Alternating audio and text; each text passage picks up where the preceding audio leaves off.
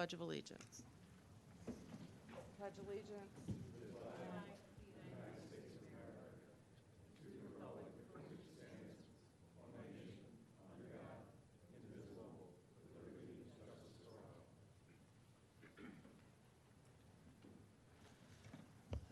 Sorry about our delayed start time. We were in an executive session discussing legal and personnel matters.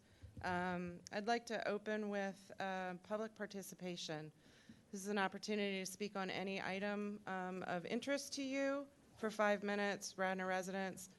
If there is a vote on the agenda, you'll also have another opportunity to speak at that time, but welcome up.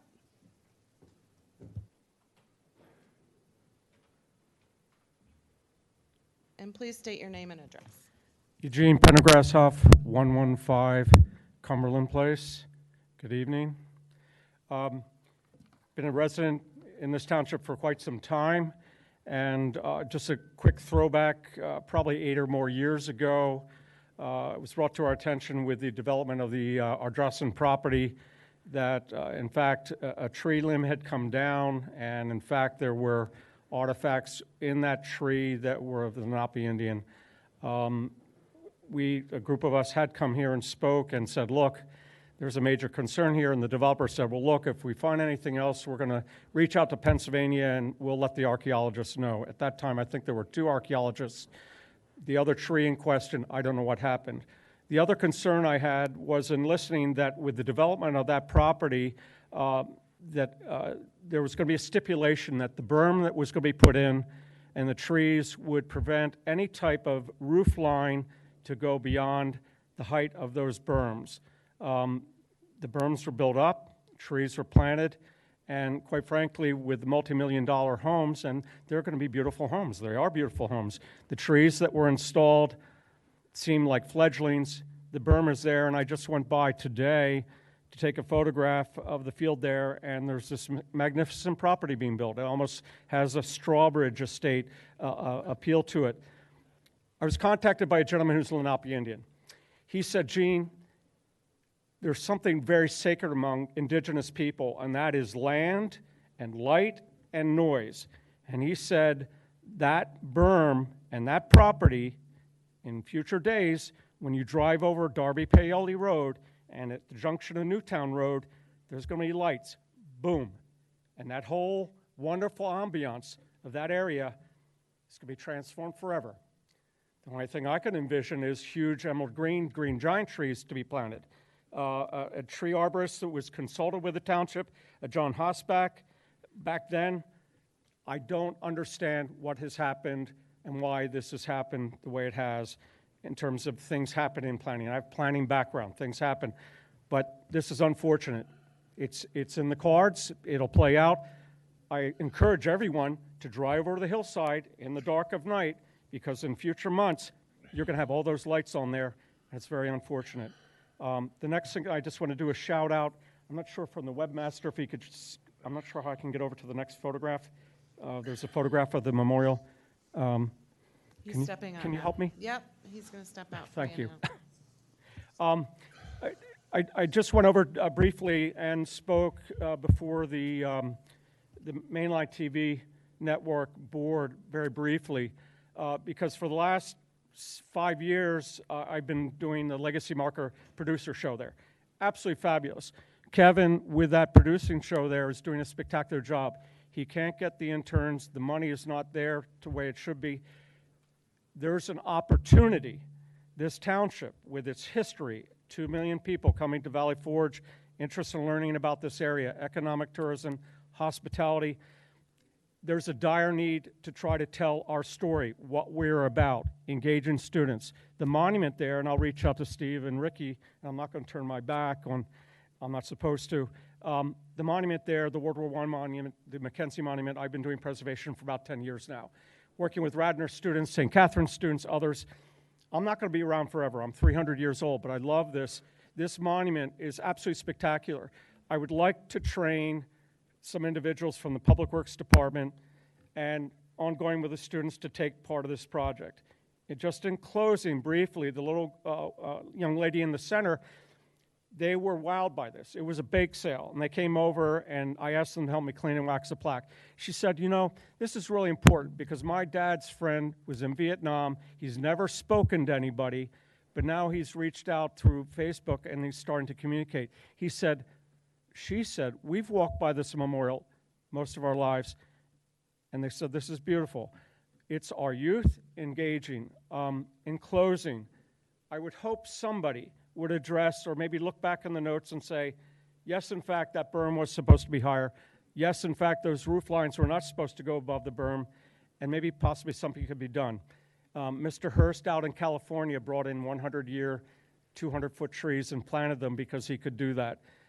I don't know what the answer might be, but I guarantee you, please, that meadow, and according to Lenape, will be compromised by lights that will emit in that wonderful field there. Thank you very much. Thank you. Madam President, could I address what our resident had just noted? Yeah, please. So it's a misconception that we've gone through several times before. There was actually balloons floated and a study done. It was never part of the land development or the development agreement that those homes would not be seen. So there is a berm there. The berm meets the plan requirements. I had it surveyed. There were low spots. The builder came into compliance. The trees were replaced several times, and the final inspection, they met the requirements. But there is a misconception that that berm and those trees are to block the houses. That's not the case. When we did that study with the balloons, it was evident that, you know, second floors and rooftops would be visible from the intersection of Darby Paoli and Newtown or Darby Paoli Road. So I just wanted to make sure everybody is aware of that. Every couple of years it comes up, but just to let everybody know. Thank you. Well, I can see why it's coming up with the building of the new house. So thank you for that, Mr. Norsini. Are there any other public comment at this time? If not, I will move to the consent agenda. Another opportunity for public comment on any of the items 2A through D. Is there anybody who would like to speak to any of those items? Is there any item that a commissioner would like to remove for discussion? I don't want to pull anything off, but I do want to say I'm super excited about the electric vehicles. That's excellent. You don't want to pull it off to hear more? Okay. Any other items to be pulled from consent? I'm not hearing any, so I will ask for a motion to approve the consent agenda. So moved. And a second. Second. All in favor say aye. And it's passed. Moving to the business agenda, item A is appointments to boards and commissions. We are nominating Jennifer A. Santora, Ph.D., for the Shade Tree Commission, a partial term ending December 31st, 2023. And Keating Sherry to be appointed to the Willows Park Preserve Board of Directors. Does anybody have any, from the public, have any comments about the nominations of Ms. Santoro, Dr. Santoro and Mr. Sherry? I'm not seeing any. Would anybody on the board like to speak to either candidate? Seeing none, I will ask for a motion to approve. So moved. And a second. All in favor say aye. Thank you very much to both Dr. Santoro and Mr. Sherry for your service. And Resolution 2023-114 is preliminary land development plan approval, 150 to 168 East Lancaster Avenue. So, Madam President, Sir. the applicant was before the board at the last meeting for caucus. They're looking for preliminary land development approval. There is one item that needs to be decided aside from if you vote for preliminary approval. They put forth two options for stormwater management. One is underneath the building to address what's required. One would be to be in the public right-of-way, which would address the requirements for the building plus provide an incremental amount of additional stormwater management for the township. If you chose that second method, Solicitor Rice would write up an agreement noting that the Applicant is responsible for operation and maintenance and ownership in perpetuity. So I just wanted to let the board know that. Am I hearing you that that second option is preferable? It would be my recommendation to choose the second option where at least we get an incremental benefit. Thank you for that. Next, all you. Evening, Nick Cornelia, representing the applicant. This was before you previously, I believe, a couple weeks ago. You may recall that it's still going to be retail. The use is permitted, retail on the lower level, a little less retail than currently exists. Apartments on the upper 2 levels. All the apartments will be parked according to code beneath the building in underground parking spot. You may recall also there was a lot of discussion early on with neighbors and everyone regarding preserving the parking on Luella Avenue, which is being preserved under this plan. So there are 2 main points here. We have no objection and agree with Steve on the stormwater management system to be in the right-of-way to collect more water.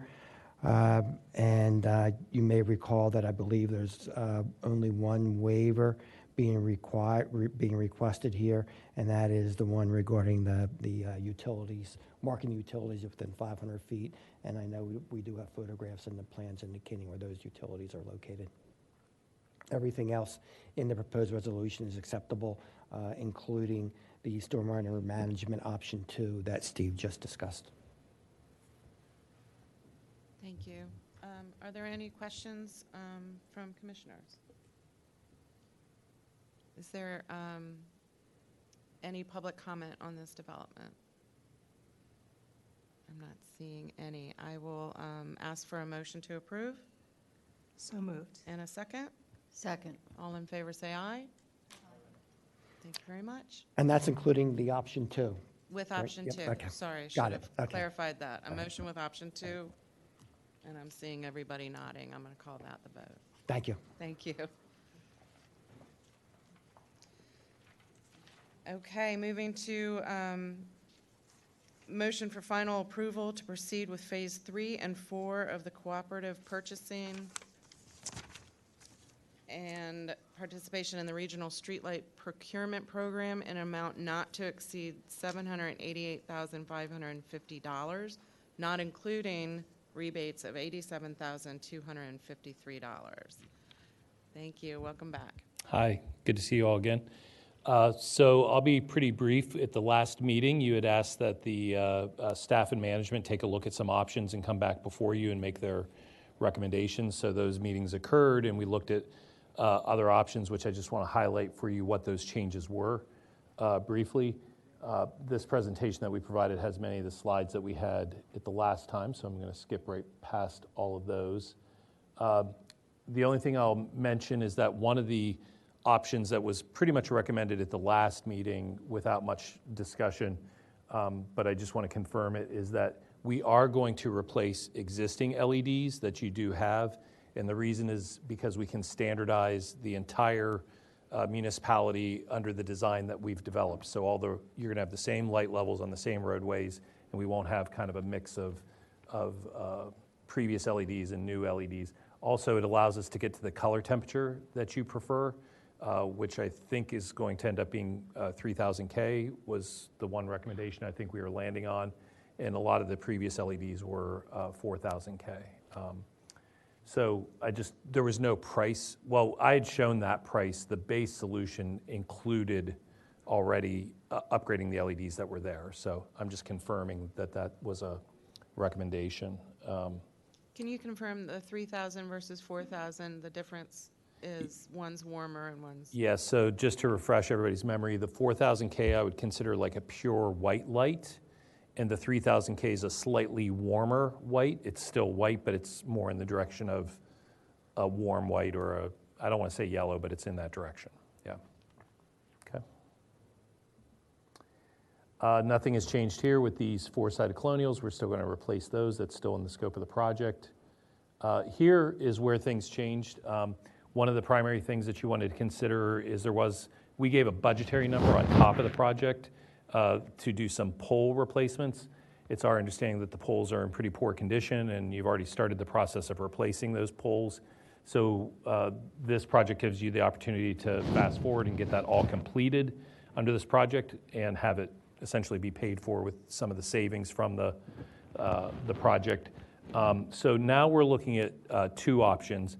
This is the option that's priced into the project. The next option probably would even be a little lower cost. So we're kind of showing you the worst case scenario. There was only a couple business days between when we decided we wanted to go in this direction and my ability to get the documents for your meeting. So we're at a higher not to exceed price, but I really think we're going to be able to work that down with negotiations with our vendors to get an even lower price level. But what we have put into the project right now is that we would replace that shoebox fixture either with the one that I'm showing here or the one that you have installed one of these of a different manufacturer. We need some more discussion. It's the one that we're showing here is more of a utility grade fixture, so there's a longer warranty with it, but we still have to discuss that. But again, the pricing we have in there, it's only going to go down. But you would get a new bronze pole, and you would get a new LED shoebox replacement fixture, and you've done that in at least one location in one of the neighborhoods. And you can see the 3 neighborhoods included in this. So that's option 1, which is what we have priced in. A slightly lower cost option, if it was stylistically of interest of the HOAs, that could be chosen. And I think the strategy is to go to the HOAs and say, we have 2 basic solutions that you can consider. If you want to do something above and beyond that, that would probably have to come from the HOA to pay for that. But these are ones that would be in the project and are, feasible recommendations that have good returns on investment. The second option would be go with a more traditional 4-sided colonial, which you already have some of those in your municipality. This would be on a round tapered aluminum pole, so not a wood pole, so it would be a little upgrade from that wood pole look. And that's an alternate option. So either of those 2 options are going to be covered by the price that we have in there and possibly, as I said, even less. Again, the strategy would be to talk to each of the HOAs, which I've offered my services to go through in more detail showing these 2 base options that potentially would be approved as part of the project. And I can also talk about other solutions that would be above and beyond that might cost more that the HOAs would need to consider participating in. Okay. Really, the recommendation is not to pursue the network control system. So the pricing that I'm showing today really only includes the manual controls. As you recall, there was a pretty big price premium to get the network control system. So I was asked to just focus on the manual fixture controls. That stays the same. I'm not going to go through the color temperature discussions, but there is an example of the 4 versus 3000 K. There is no price difference between those 2. So that's just a specification that has to be decided upon. Could be after the project is approved, but before we place material orders, because no price difference between the 2 options. So this is where we're standing now with the revisions that I mentioned. So the annual operating costs, I do want to mention also that we did update the assumptions on your energy costs. We basically gather utility bills from you when we start the project. Since that time, your third-party supplier costs have come down quite a bit. Good for you, you're getting savings. Hurts our project a little bit because now the baseline's a little bit lower, but we showed that adjustment. So now we're saving $50,000 a year versus, I believe the previous number was closer to $60,000. And then here are the net project costs that include the rebates. So this is after you would get the rebate. The net cost to the municipality would be $701,000. And the payback has gone up because of the lower energy savings and the increased costs for the poles and those items. And so, but still over 20 years, this is going to generate a net savings of close to $300,000. So that's money that can be invested into other uses for Radnor Township. This just breaks it out in a little more detail. I think the key number, which is kind of towards the middle in the blue column, is And that's your not to exceed price that is in your resolution. And I'm actually going to pull out my, that's $788,550 is the amount you'd have to pay out before you get the rebate. And so that, again, is including the poles and everything else that I discussed there, upgrading the LEDs that are already existing. Okay? So really the next steps are, I believe at the last meeting, I wrote down, I actually looked at the video from the last meeting, and we went from conditional, contingent, interim, or preliminary motion. We chose a preliminary motion, but you required for us to come back and clarify these issues that I just discussed. So I believe it would be confirming that preliminary motion or making a new motion, but the resolution has been provided and updated for the new not to exceed price. So that's what I have for you. I can answer any questions. Excellent. Are there any questions from commissioners? Jim? Yeah, question. The payback period is 14.1. Yes. The last meeting, we had like 3 different ones because we had like 3 different Yes. options. What were they back then? So this is closest to the original first option that we showed. It was a base upgrade, including upgrading the existing LEDs, but it did not include the pole upgrades in those 3 neighborhoods. That was presented as a separate estimated number at that time. Okay. And we actually had to increase, we had $76,000 in there. We had to increase that because just to be conservative with the information we could gather in that time frame, we felt that it needed to be a little bit higher. Yeah. And then the second option was that same option without the LEDs upgrade, and then the third option was with the network control system. I thought they were closer to like 6 or 8 years, the first 2. They were, but I had a double whammy of I adjusted the energy down, the cost went up, and so that combination caused the payback to jump. And it didn't include the poles and stuff before? It did not include the poles, yeah. So that's part of the cost increase, yeah. It's the primary reason for the cost increase, yeah. So when we spoke about it last, the neighborhoods themselves were distressed with their wooden poles or whatever it was, and they were going to take care of the new poles. Why are we now doing the new poles? And they're just doing it if they want something fancier? I mean, we weren't doing the poles at all last time. Yeah, I'll let others answer that. I guess maybe Ricky, but I'll just say that a lot of municipalities use this project to take care of issues that they might have to take care of anyway. So you get all the benefits, but you also try to take care of some of those thorns in your side or future expenditures that may be coming your way. But I don't have all the background. Yeah, Ricky, I just thought that this was an HOA thing, that they wanted new pole. They did. They came to us in particular. We have a gentleman here from Embury Association, and they actually, because we're having problems with those poles basically collapsing, we had the highway department was out there doing a job, and our supervisor, Matt Pilati, was actually standing there, and he actually put his hand on a pole, and it basically was about to fall over. So it became a little bit of a safety concern, for one.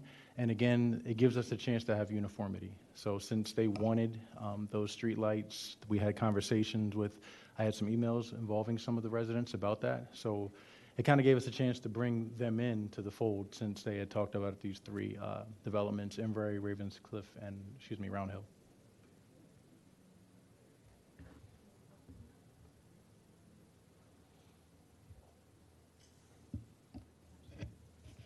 Are there any other? Who installs the poles? So I discussed in the last meeting that DVRPC has done procurement on all aspects of the project. So one of the procurements they did was to procure an installer through a competitive process, and it's Armour and Sons out of Langhorne, Pennsylvania. Okay, so currently, I think to Ricky's point, those poles are just put in the ground. Yes. So as over years, if you push on them, they will fall over. So to give more life, is there a chance we can get like a cement footer in there? It is very common practice to have direct burial poles, and if they're buried sufficiently into the ground, they sustain their position quite well for many, many, many years. I mean, I don't know how long those poles have been in place, but it's probably been decades, possibly. But probably we do not have priced in putting in concrete bases. The installer will, if they can't get it shored up appropriately, they will actually add a little bit of cement to that, but it's, if they can, they do the direct burial, and it's designed for that. And Commissioner, if I could jump in also, when it comes to those wooden poles and the problem that you see with them basically deteriorating, it is because they're wood. So over time with, rain and just weather, they will start to rot, and then you have landscapers that hit them with their mowers or their weed whackers and then just, chews them up after a while. So the poles we're going with will have a little better life than that. Well, interesting point. So on the landscaper issue, do these poles have a base protector? They do not, no. They do not. How much are these poles? I don't have that number off the top of my head. I could get that to you, but it's over $1,000 per pole. Yeah, but that's just the pole, and we probably have another over $1,000 in installation costs for that pole. Commissioner, if I may, just, I think clarifying the question, if a township light pole were to fail, the township would replace that and bear the cost of that replacement. Since we know that all of these wooden poles are in the condition they are and will have to be replaced, maybe not in 1 year or two, but they're going to need replacement. They're in bad shape now. This is an opportunity to bear all that cost right now with the contracted installer as part of this project. The light head is what's in question if the HOAs prefer a premium or a more expensive light head. And there are some options on poles. So if the poles that are priced out, if they find something that is preferable, that would be more expensive, they've also agreed to pay for the difference in that cost as well. So, but the base pricing and the poles would be something that the township would incur as part of our normal repair and maintenance budgeting process. And Bob, just correct me if I'm wrong, but if you were to do that piecemeal, you're looking at a much higher cost than if we were to do this all up front at one time, given that uniform look to all three neighborhoods, correct? Almost always would be more expensive one piece at a time. Here we can get the benefit of the savings through doing this all project at one time.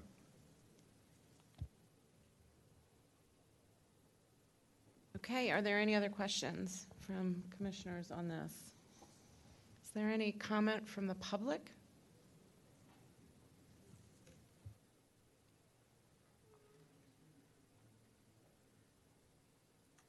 Yes. Thanks for having me. My name is Steve Bonifrio. I'm with a resident at Inverary, representing the Inverary residents as well as the HOA board.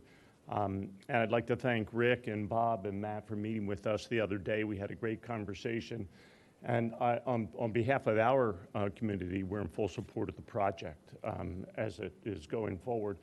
We are full support of the savings for the township, the consistency and the uniformity for the maintenance and the service group. One of our concerns was we're taking a brand new contemporary head, the Cobra Light that we're putting on an old wood pole. A lot of them are not in great shape. We have 13 of them in our community. And so we were certainly concerned about that. And we're just sticking this brand new head on it. And you can imagine aesthetically, it wouldn't be as appealing as it might or should be. So we had a great conversation about that. The group was in full agreement at the meeting, and for the reasons they stated, as well as I wanted to state aesthetically, because we have a very active homeowners association and residents, and a landscape committee and an architectural committee that keeps everything consistent. We like to be ergonomic.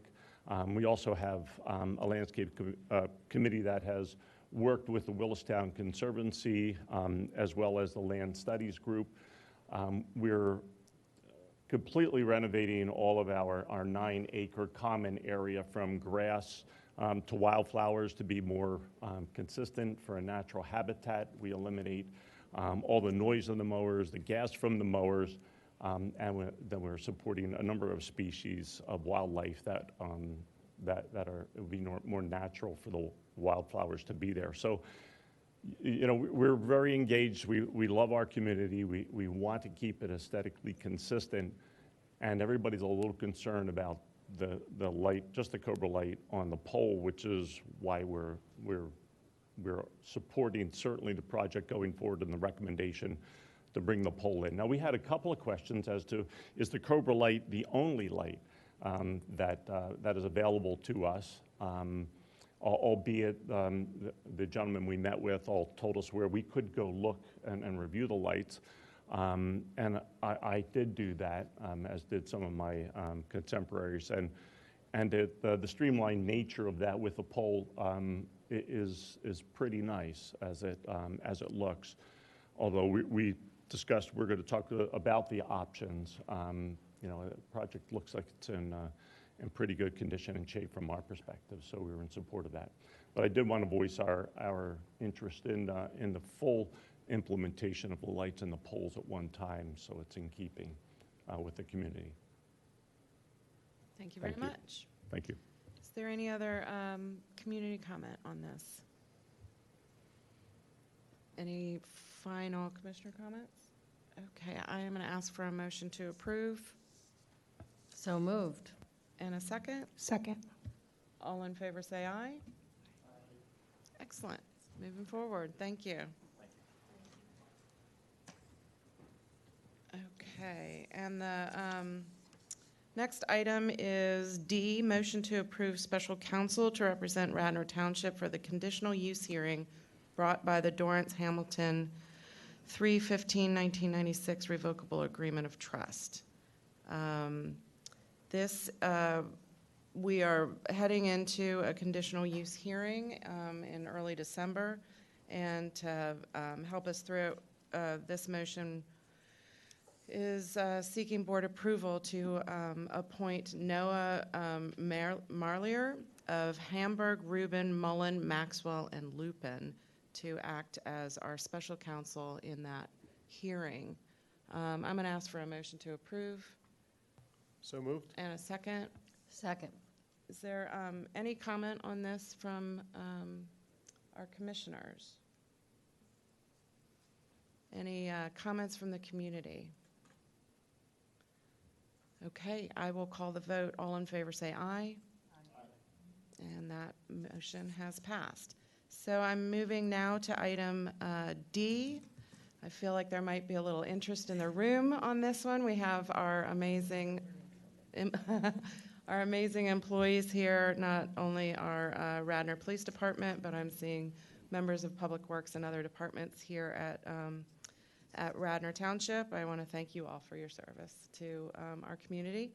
And I will open item E, which is Resolution 2023-116, approving the extension to the FOP collective bargaining agreement through December 31st, 2028. And I will put this to you, Mr. White.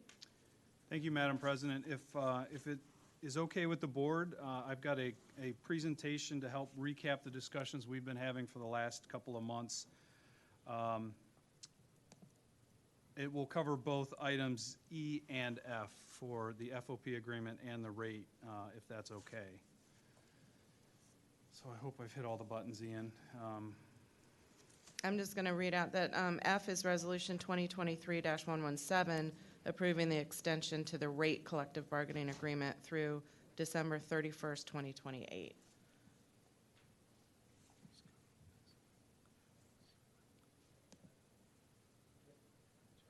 And while we're waiting for Bill's presentation, I'll go ahead and ask for a motion to approve E and F.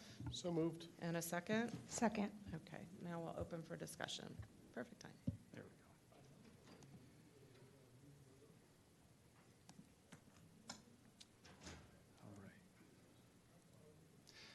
go. All right. So to recap where we're at tonight with these two agreements, we have roughly 138 full-time employees that work for the township. Roughly 78% of those are represented within these two collective bargaining units. We have the rate unit, which is our civilian labor force. Rate stands for Radnor Association of Township Employees, 58 members. The agreement we have with rate expires at the end of this year. We have been meeting with them periodically over the last couple of months to do a full contract review. We're able to narrow down the items to a few of the major ones, which are included in tonight's legislation. The rest of the contract that exists will remain as it is if it's not being addressed in this legislation. With the FOP, Fraternal Order of Police, it is the Delaware County Fraternal Order of Police. We have 50 members locally that work for Radnor or serve Radnor Township. That agreement expires at the end of 2024. Earlier this summer, we had talked with the FOP about if we were willing to enter into discussions on an extension. The extension discussions were specific pretty much to wages, and then a couple very small items that were also addressed either because they were in concert with the rate agreement or there were items that were in a little bit more need of clarification or cleanup that benefited both the unit and the township. So after discussing with the board, we agreed to talk about the extension with the FOP. Some of the goals that we are hoping to achieve through these two agreements, solidifying the township's financial impact through 2028. As we'll talk about later on this agenda with the budget, the township, roughly 65% of the township's operating expense is payroll and related costs. Obviously, as with most of our employees being represented under these two units, it's most of where our cost lies. Rate. Competition was a paramount theme through both of the agreements for different reasons. For rate, the township is competing not just with surrounding municipalities, but also the private sector. For those that have been here long enough to remember the significant changes in the 2023 contract or 2013 contract, there were several major elements of that, of the benefit package that were eliminated, those being there's no more post-employment health benefits, and the pension was converted from a defined benefit to a defined contribution, which is pretty much being funded by the employees. At the same time, the township also converted to a high deductible health savings account medical program, which reduced the cost significantly to the township for the program, thus making those positions competitive both to the private and public sector. The FOP is a little different. I mean, we are competing with surrounding municipalities, so we're looking at those contracts and what the officers are making in the region and trying to remain competitive. In both cases, we have a very strong relationship with the unions in terms of cooperation. I know that doesn't always translate through negotiations, but when the opportunity arises is important.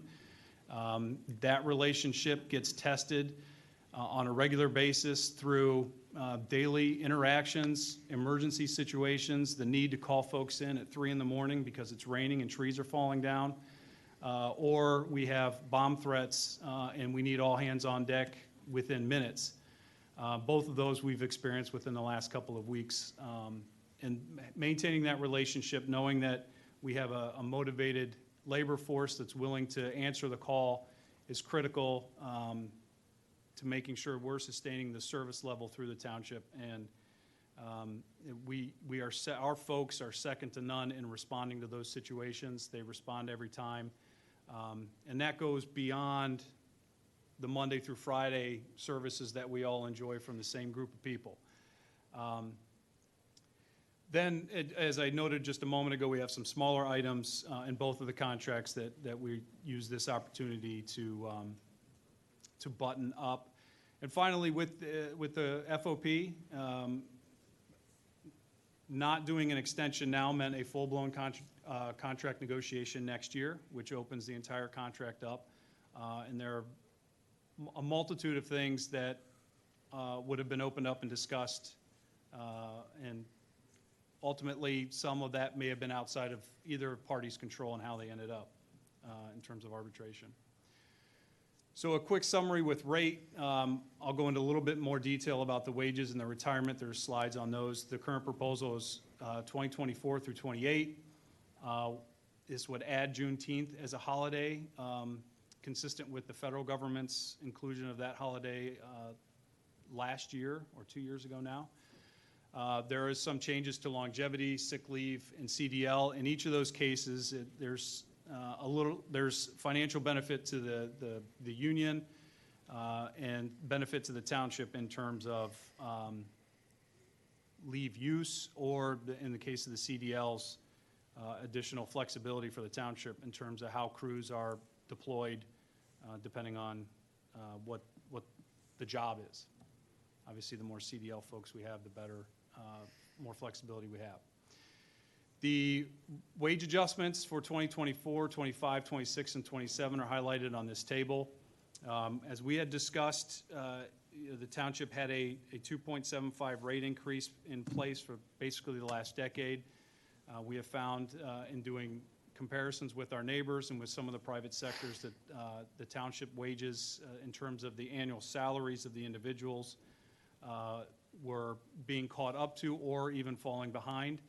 And with the theme of competitive, trying to remain competitive in offering these positions, that's why the increases in 24 are a little bit higher. And then for 25 through 28, something a little bit more in line with where current cost increases or wage increases are landing, both in terms of surrounding municipalities and agreements they have, as well as taking a look at some of the more national trends as they pertain to wages. As part of the rate agreement, there is a provision that offers an early retirement incentive. It's beneficial to the employee because they will have the opportunity to retire a couple years early.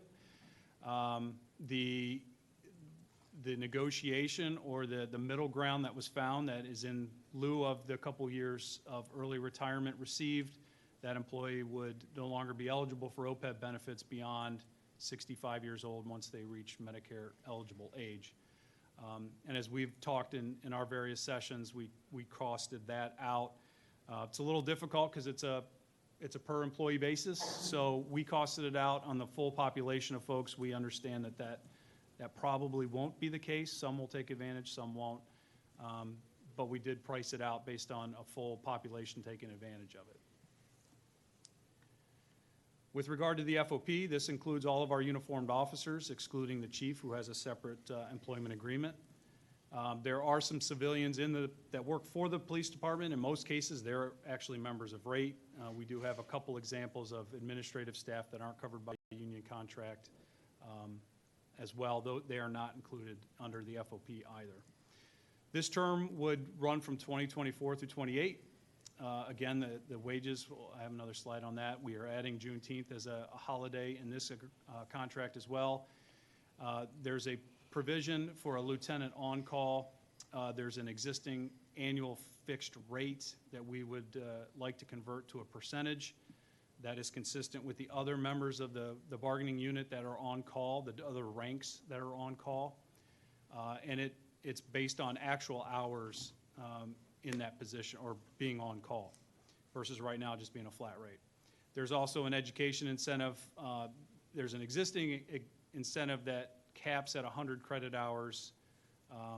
This would provide a little bit more for those that go beyond 100 credit hours. The proposed wage adjustments are the exact same as the rate bargaining unit. We were seeking and we're happy to reach parity between the two bargaining units in this regard. Again, when it comes to providing service, from the administration's perspective, it's everybody's responding, and therefore we'd like to see the parity between those two groups in this regard.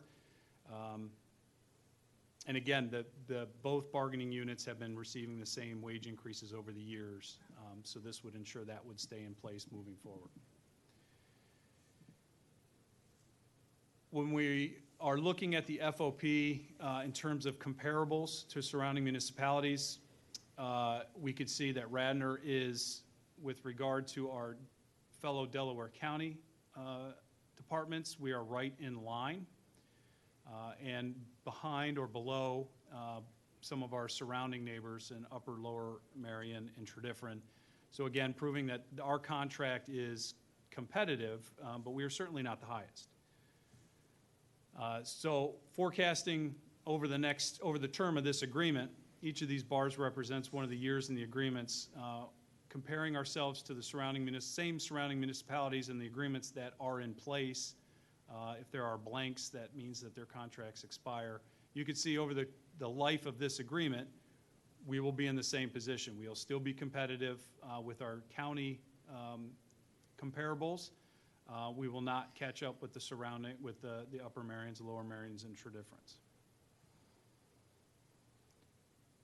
There's a graph here that shows, again, this is part of the research that we did, wage increases going back to 2018 and forecasting through the end of this agreement based on what's available.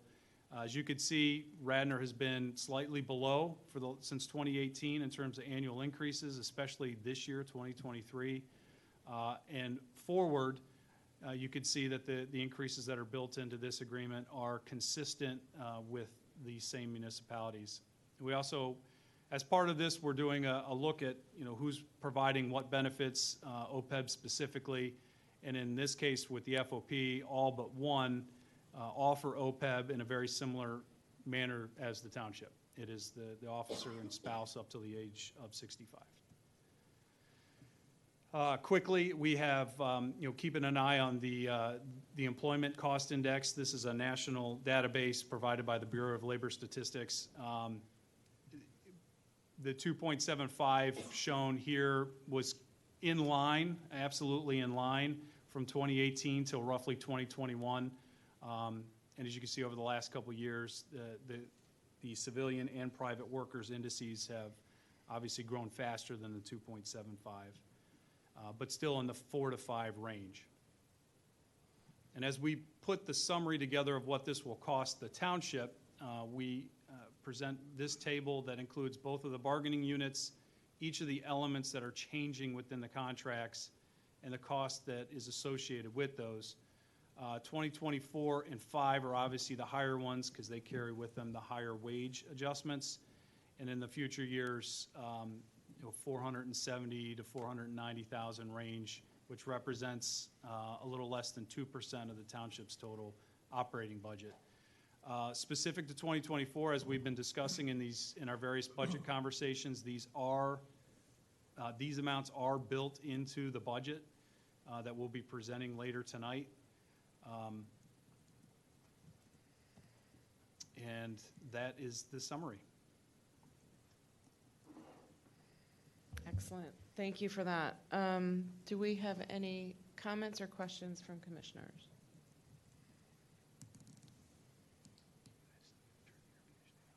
Your lights on?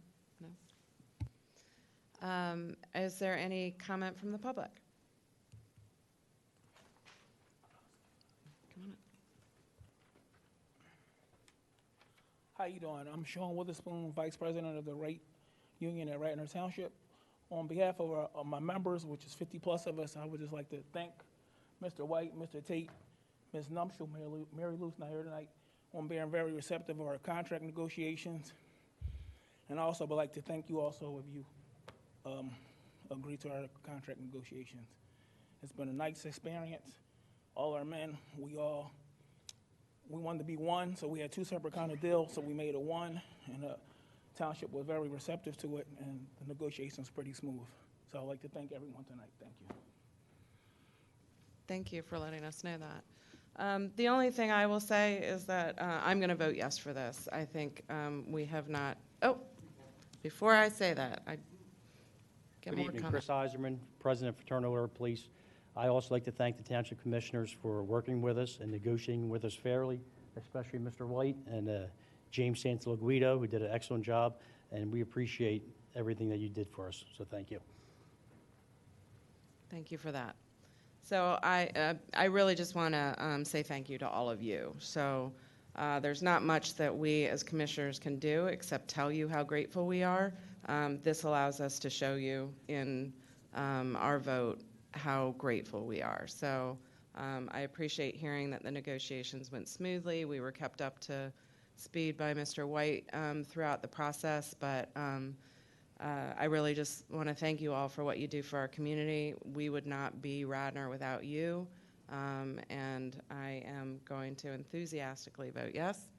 Are there anybody else like to say anything? I'd like to, can I just say, I second what President Moroni just said. You are the backbone of our community, and what we're about to vote for, I strongly support. Others? Then I'm going to call the vote. And on this, I'm going to do, because they're the same, we did move while we were waiting for the screen up. Should I take these one at a time, Solicitor? You can do it either way. I think they've been discussed sort of together. Okay. Yeah. Then I will be asking for your vote on both E and F to accept the collective bargaining agreement for FOP and rate. All in favor say aye. Thank you all so much. Congratulations, and thank you for what you do.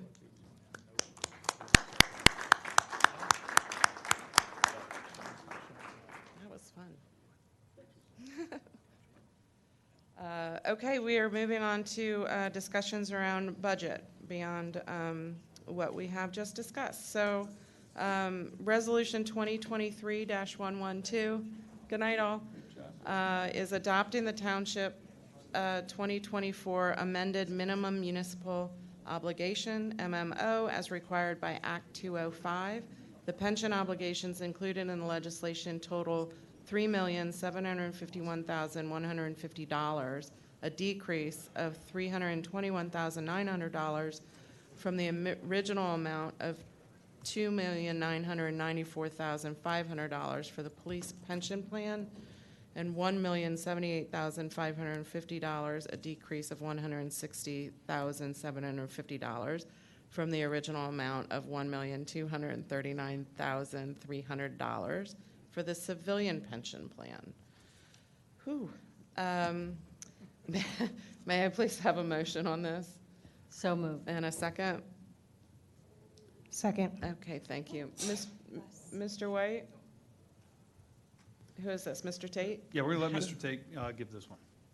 Thank you, Madam President. Annually, the township is required to adopt its minimum municipal obligation, or what's commonly referred to as the MMO, which is the resolution that defines the amount of funding for the uniform and non-uniform pension plans for the subsequent year. That adoption is required to be made by September 30th of each year, with the existing facts and numbers that, as we know it at the time. Subsequent to the adoption that was passed in September previously, we received the updated valuation report from the actuary, which had some good news in it. We had our normal cost percentage reduced for both plans, as well as the what's called the unfunded actuarial accrued liability, the UAAL.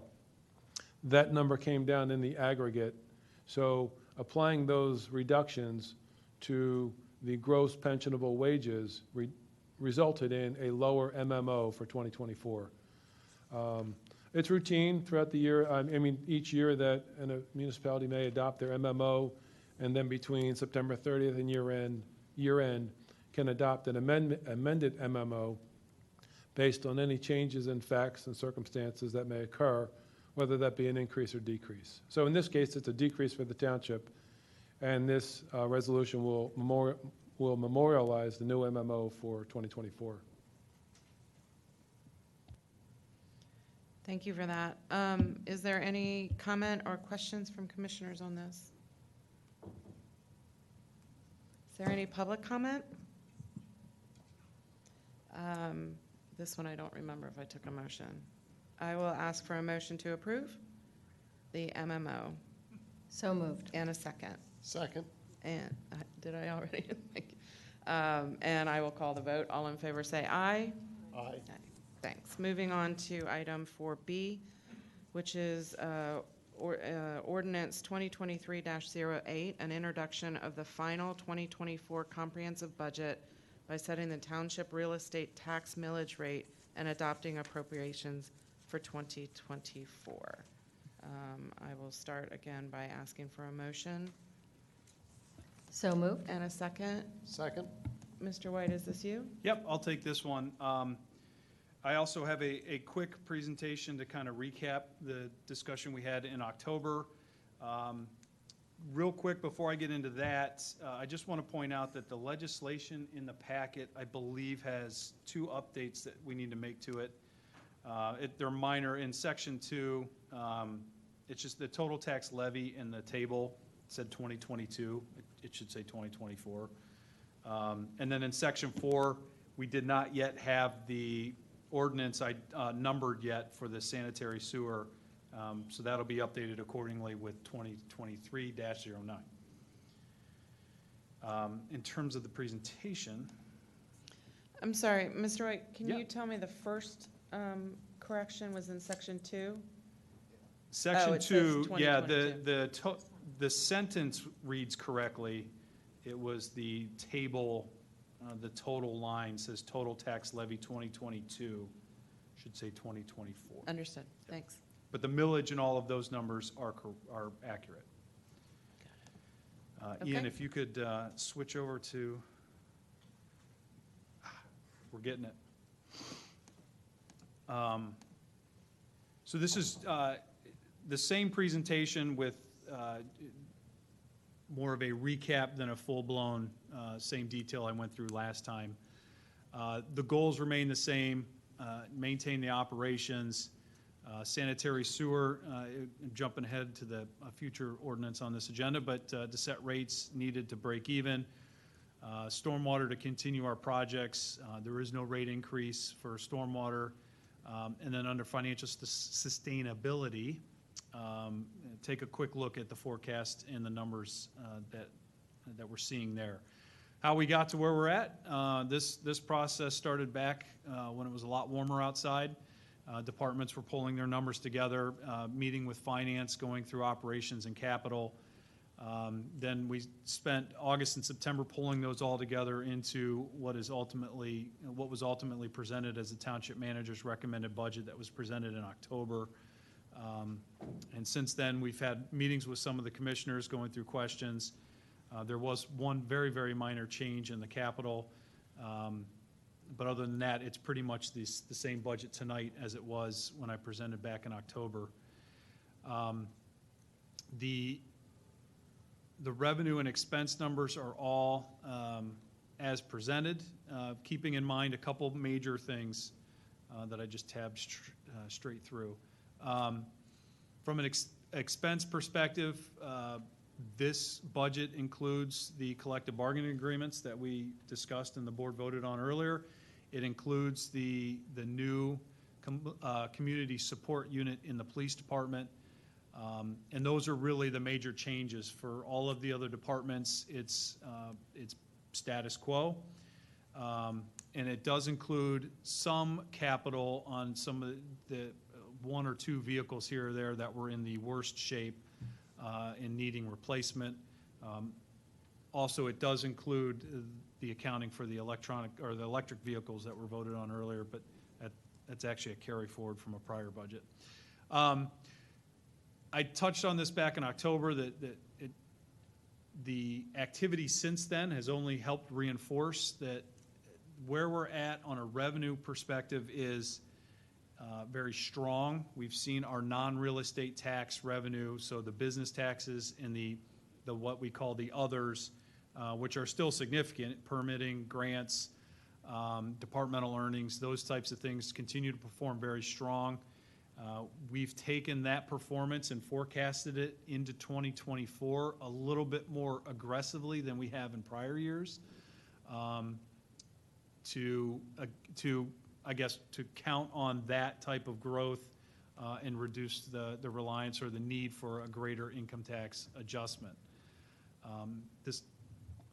We talked about that slide last time, business privilege taxes.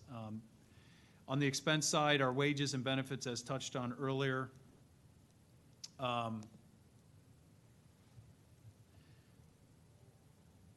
sorry, there it went. I had to make that go away. With wages and benefits making up more than 60% of the total budget, solidifying those costs over the next 5 years is going to be very beneficial towards planning and establishing fiscal sustainability. When we take a look at our general fund expenses, we could see over time just small growth. 2023, obviously, that number is going to catch up by year's end and be somewhere where the pointer's at now. 2024 then includes, as I noted, the additional wages included in the bargaining agreements as well as the new unit in police. I presented on this in October. This is just a quick snapshot of the departmental comparisons and cost over time. The two that really jump out, police, two effects there, the new unit as well as the wage increases for 2024 is why you see the jump. Public Works, there's a jump there, and that's because that department is almost entirely comprised of the rate unit. Across the board in the other departments, both in terms of scope, size, and comparables year over year, each of the departments are pretty much in line with where they've been over the 4-year look back. So the bottom line, the general fund bottom line, the operating statement, as presented in October, we had a $250,000 deficit with all of those factors pulled together. That $250,000, $46,000 we resolved in correcting a capital funding error, so that's actually closer to $205,000 now deficit. With the millage that is proposed in the ordinance tonight, the 0.0500 mils, that will close the gap and establish a $65,000 positive or net revenue to the general fund. When we take a look at that tax increase as presented back in October, it represents 2.1% over where we're at today. To the average taxpayer in Radnor, it's about $33, $34. To the median, $27. That breaks down to less than $3 both. We break it down on a monthly level or a monthly basis, and it generates roughly $322,000 to the general fund to help close that gap. So quickly on the 5-year forecast, I did not get into a lot of detail with this at the October meeting. This is just meant to, this part of the presentation is just meant not to get into the numbers, but to demonstrate that while we're budgeting for 2024, we have a forecast that is building out and updating on a regular basis that is showing 25 through 28 as well. So the legal requirement is 2024, but as we look at things like the FOP and the rate contracts and capital funding and those types of things, this spreadsheet is regularly updated to reflect those changes.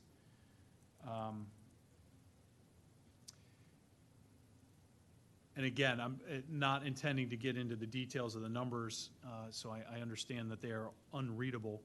But this is the general fund operating statement, revenues on top, expenditures forecasted out over the next, for 2024 and then the 4 years beyond.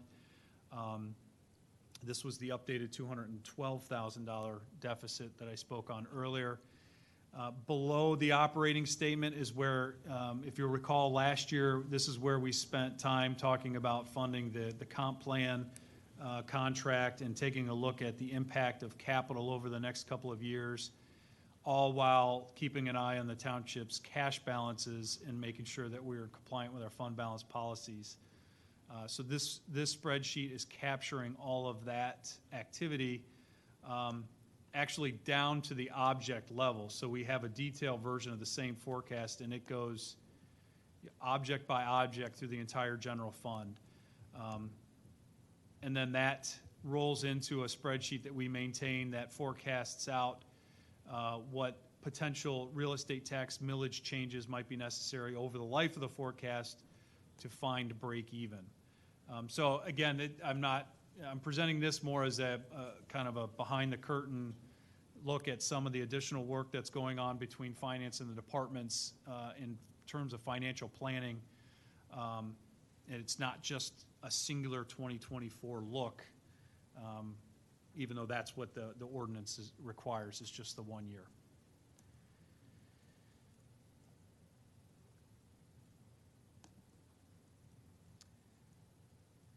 Quickly over to the sanitary sewer fund, which we'll get into a little bit more detail here in a moment, but this is the same scenario exists now as presented back in October. We continue to chase increasing RHM costs over time from 4.6 million a couple years ago up to an estimated 6.5 for 2024. The board has adjusted fees over that same period of time to try to keep up. Yet, we've still had to transfer a little over $3.2 million of general fund money to the sanitary sewer fund just to make sure that there's enough cash there to pay RHM. And as a result, for 2024, there is a rate adjustment that is proposed at $12.62. That would be the rate, not the adjustment. Then we presented the same operating statement as we show for the general fund, except for the sewer fund. Revenues and expenses highlighted in green at the top are the two general fund transfers, and yet you can see at the bottom the red circled bottom line numbers from 2020 through 2023's budget are negative. And so we could just demonstrating that we continue to chase this expense a bit. This is another one of the areas of the budget that CARFAC is taking a look at, and will provide the board with some feedback on strategies at some point in 2024. Stormwater fund, no fee change for 2024. The activity going on in this fund is aimed squarely at installing the projects that were part of the funding plan that we've been talking about and the board has been approving going back to 2022. Most recently, the completion of the South Wayne parking lot project, and then we are getting ready to break ground any day now on the West Wayne Preserve. It's actually the South Devon flood area project that will encompass the West Wayne Preserve as well as the Friends of Radnor Trail Park. But the activity in this fund is aimed at addressing those projects. Quickly, you can see that we had the $10 million borrowing that we talked about in 2022 with the funding plan. We anticipate the next round of borrowing occurring in 24 to help make sure that there's funding sufficient enough to cover the work being done on those projects. Just quickly, without diving into the specifics of the numbers, you could see the activity outside of those projects is pretty minimal. Some costs associated with transactional type fees and some design and professional services costs, but primarily the stormwater fund serves as a capital project installation fund right now. Quickly, the budget calendar, where we're at today is the introduction of the budget legislation. It would be scheduled then for adoption on the 27th of November. Then the December 11th is available if needed for any follow-up or if there's any delays in any of the other areas. And that's where we're at for the budget. Thank you very much for that. I'm just going to make a note that all of this information is contained in the manager's proposed budget, which is on our website. So I encourage anybody watching or here in the room, if you want more detail, please go take a look at that. We try to be as transparent as possible. And then I am sure that we have people who will answer questions if you want to reach out. So having said that, I will ask if there are any questions, comments from commissioners. Commissioner Abel, is that you? Yeah, Bill, so just refresh, the deficit for this year is 200,000? Yep, thereabouts, yes. So what was the millage increase? 0.500 Yeah, mils. I mean, and I understand that. I mean, people are going to say it's small, it's minimal, $33 on average. My concern is that once you increase the millage, it never goes down. everyone on the board here knows that we are in negotiations and discussions for a settlement where I don't think tax increases are necessary. So I would offer a motion to amend to use the general fund to cover the $200,000 this year. If we're still in the same situation next year and we haven't resolved the issue, then I'm okay having that discussion for a tax increase. But for this year, I mean, it's $200,000. I think the $12 million in the general fund, was that what I saw? I think taking $200,000, when what did we take out for the 3 officers? We borrowed $500,000 from the general fund? That was the forecast at the time. Obviously, we didn't hire the officers until significantly later than planned, and then some of the revenues are doing better. So in the mix of 1,000 different line items for 2023, we probably won't be using all of that, what we thought we would be. Okay, so I mean, that actually... Yes, that would be a better financial result. But that actually presented. That actually makes my case, I think, a little stronger. This board was already supportive of taking $500,000 or so out of the general fund. As the manager said, we're not using all of that $500,000. So my motion to amend would be we would use the general fund to cover the $200,000, and we'd still be around the same amount that this board was okay with borrowing earlier in the year. So, I hear a motion. Commissioner Abel is making a motion to address any budget deficit through our general fund and resulting in no increased millage. Did I get that right? Correct. Do I hear a second? Motion fails for lack of a second. Do you have any other questions or comments, Commissioner? Bill, just to go in specific line items, is anything in there for Odoricio Park? Odoricio Park, yes, there's we have a sum of money that was contributed by a developer. It was part of an agreement between the township and the developer, as well as a grant approval for the design and engineering of any improvements that occur there. That is included in the budget. Any physical improvements that occur as a result of the design, like all of our other capital projects in our various parks that weren't previously borrowed for, those are not funded and are not part of this budget. Okay, all right. Thanks, Bill. Any other questions or comments from commissioners? Any public comment? I am not seeing any.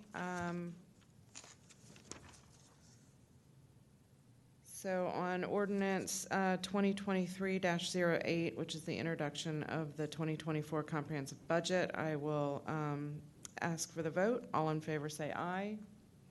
Opposed? Nay. Okay, motion passes. Moving on to C, which is 2023-09, introduction of adopting a sanitary sewer rent rate for 2024.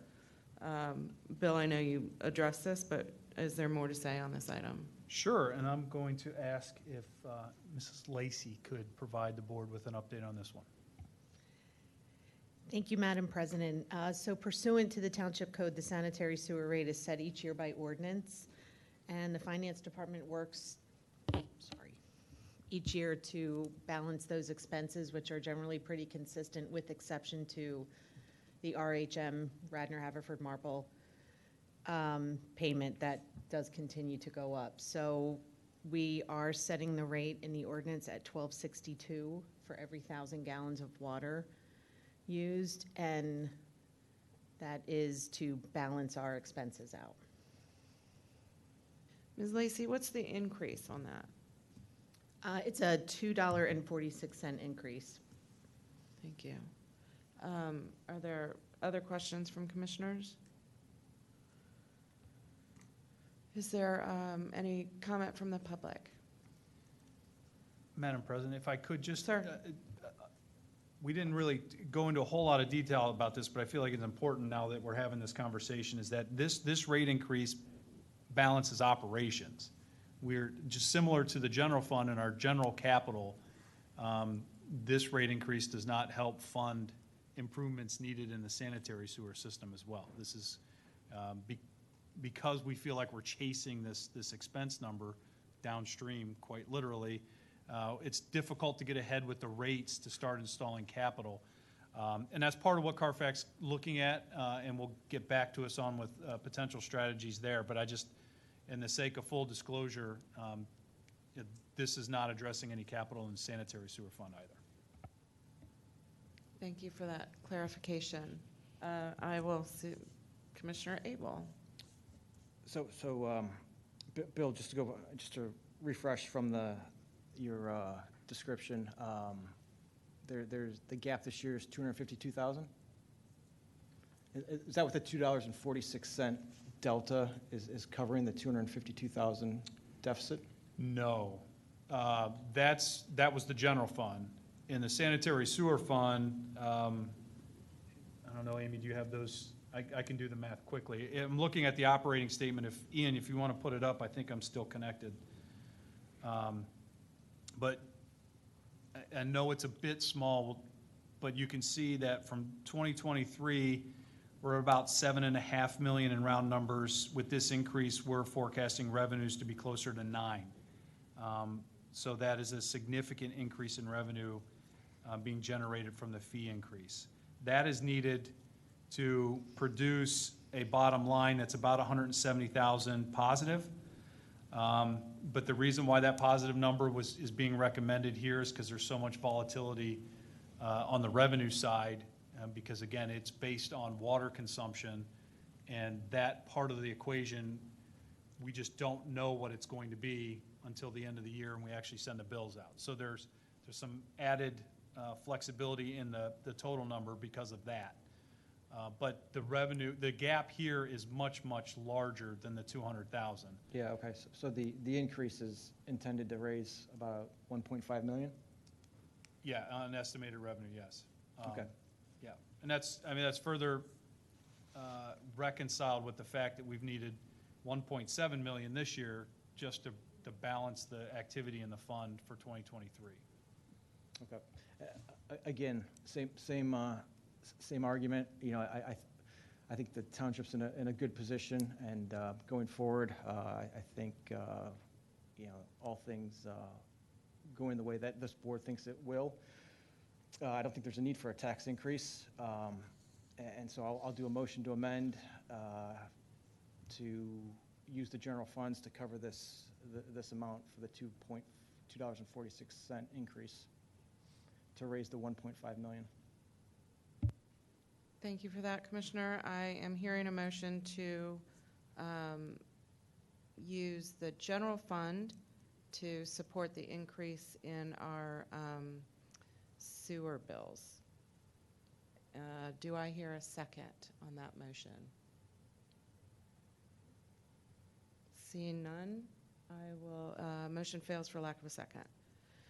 Is there any other comments from commissioners? Any public comment? I'll call again.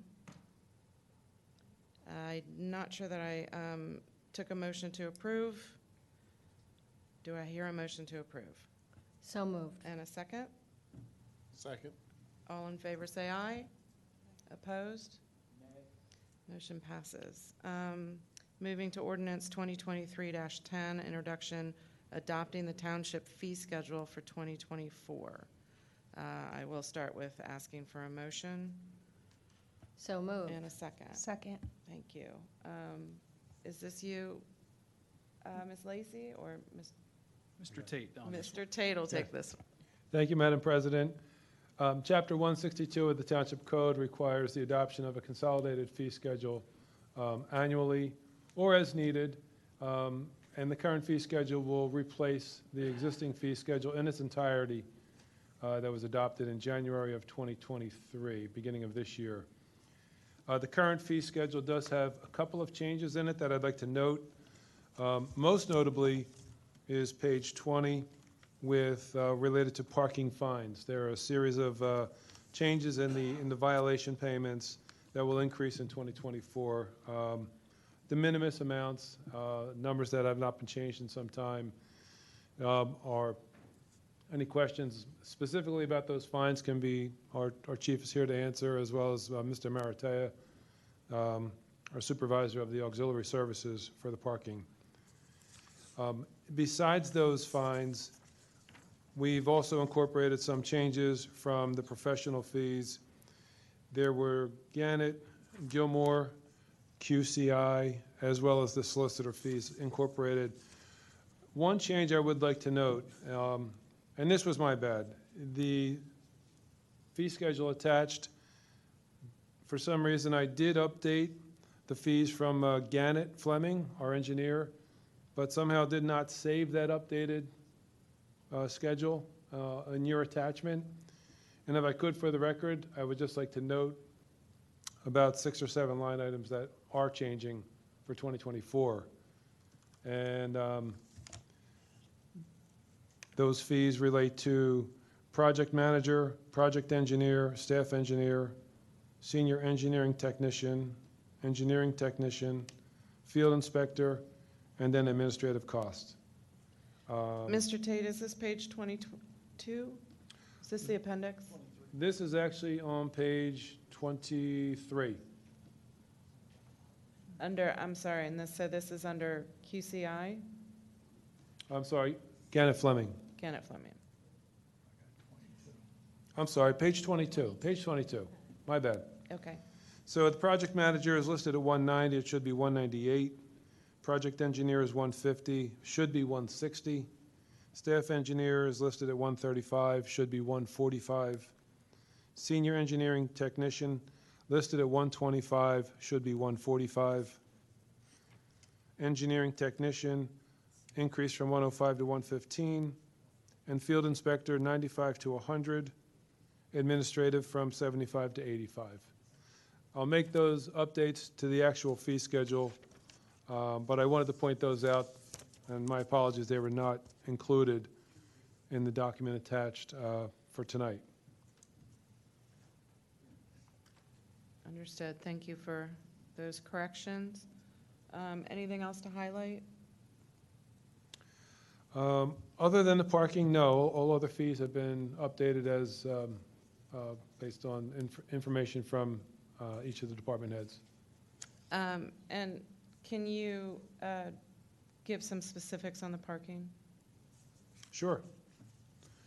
I'll be happy to answer, or Mr. Maratea, our supervisor for the parking, can step through that with you. Excellent. Good evening. How's everybody doing tonight? So just basically we took a look at the full fee schedule for the parking department. And we look back, and we haven't made any changes since 2004. I went and looked around, looked at other municipalities in our area. We're behind most. We're ahead of a couple, but for the most part, we're behind.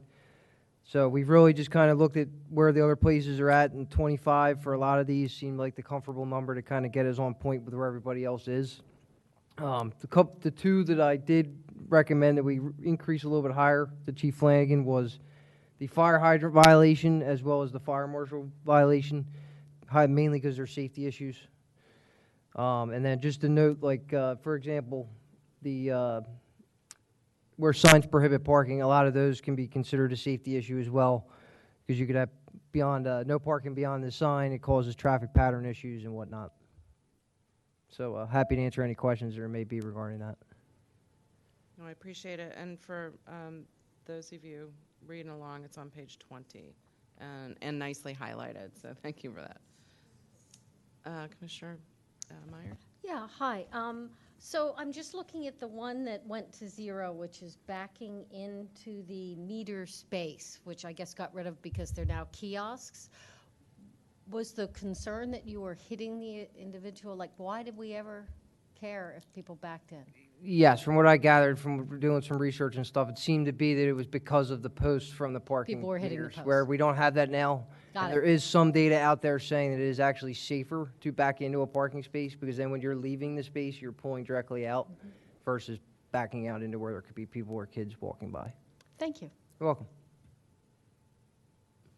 Any other questions from commissioners? Go ahead. Different question, though.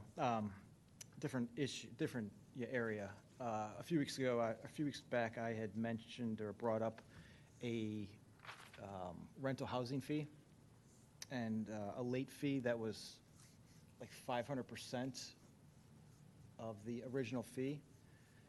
Is that included in this schedule? Commissioner, I do apologize. I did not have that highlighted on my report here, but I did receive that change to be incorporated in this narrative. So, however, it's not something we do want to recommend. I would like to make the change on what you're looking at so that the fee does remain the same. The late fee does not go up from 100 to 200 or from 150 to 300. So what you have in front of you is, was not highlighted. The fee was initially discussed and proposed, but not being recommended for 2024. So again, for the record, if I may propose that the 2024 rates stay the same as 2023 for this late fee. Which will still be at? Would be $100 if it's received between July 1st and July 31st. And on or after August 1st is $150. That's the current rate as it exists today. Okay. Okay. Is this the fee on page 7 at the top of the page? Correct. Top of page 7. This is the fee we're referring to. Okay, so it is 2024 is an increase on this one. Well, 2024 is not, that's incorrect. We do not want to recommend a 2024 rate of 200 and 300. We're going to keep it at 100 and 150. Okay, so you're going to adjust that? That will be corrected as well. Okay. Yeah, so for the commissioner's sake and the public that are listening, the process that we go through is each department has access to this file, and we ask them to update their fees, and then we meet and review any increases internally. This was not one we met on and discussed, so I'm not recommending that this fee change. So now I'm just getting into a little bit of process. So if we are to move forward on this ordinance, on the fee schedule, do I need to verbally change those fees, or is it an adjustment that can be done? I guess I'm looking at you, John Rice. Seems like we have a section that needs to be updated for Gannett Fleming, and now we have this where the number's not exactly what is being proposed. You can approve the introduction, based on the discussion on the record with Gannett. We're just talking about Gannett fees, and we're also talking about the rental housing late fees. That's it. So what'll happen is I'll get an updated fee schedule ordinance because I'm going to have to advertise this. So it'll be advertised with those revisions in it. But you can make the motion for introduction tonight, and then it'll be advertised that way.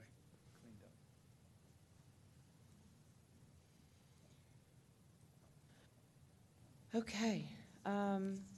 Any other questions on this or comments about our fees from commissioners? Not seeing any. Any public comment on any of the items contained in this introduction of ordinance 2023-10?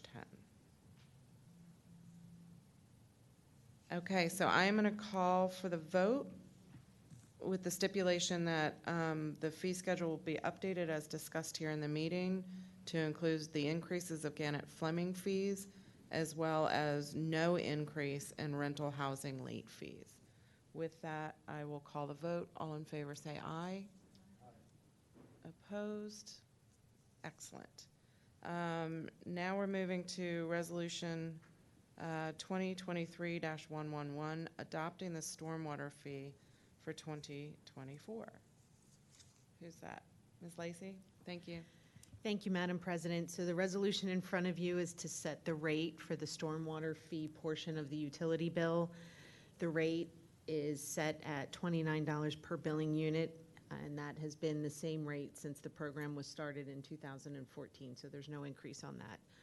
That stormwater fee is collected and used primarily to fund stormwater projects, as Bill mentioned earlier in his presentation. We did borrow, you might remember, in 2022 to work on several stormwater projects which have been done or worked on, and a portion of that fee does go to pay that debt service back as well. Excellent. What does the fund look like? I mean, how much money do we have currently in the fund as we're ending a year? Off the top of my head, about 1.3 million. Any other questions from commissioners? Is there any public comment? May I have a motion to approve Resolution 2023-111? So moved. And a second? Second. I'll call the vote. All in favor say aye. Excellent. That ends our budget section of the agenda. Thank you all for the hard work that went into that. I appreciate the clarity, and I will move to reports of the board liaisons. Does anybody want to talk about their board committee? Excellent. Is there any new business? Is there any old business? Final opportunity for public participation. I am seeing none. I'll ask for a motion to adjourn. So moved. And a second. All in favor say aye. Thank you and good night.